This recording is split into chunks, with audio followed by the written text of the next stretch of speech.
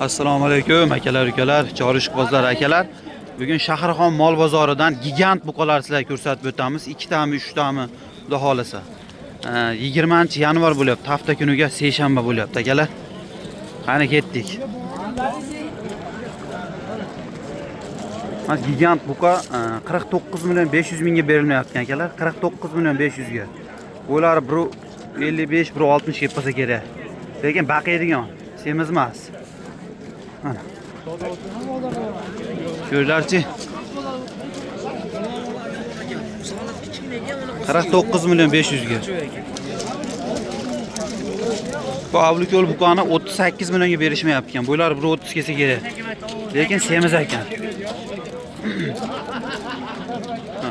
Hozir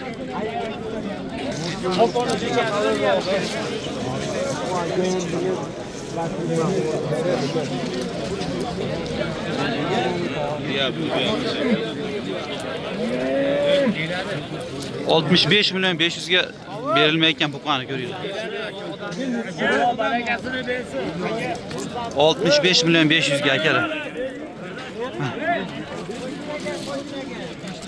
Janivor suvayi ham qolmabdi-yu. 1 tonna chiqsa kerak. O'ta semiz ekan buqa. 65 million 500 ga akalar, Bular 145, 150 kelsa kerak. O'ta semiz buqa ekan ama.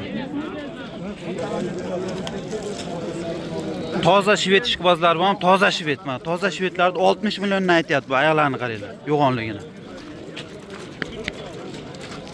Korobkasini qaranglar. 60 million so'mdan baho aytyapti akalar, 60 million so'mdan. Va savdosi bo'lsa, savdosini ham qo'yib ketamiz. Qani qaranglar. Jonivorlar. O'ta semiz ekan.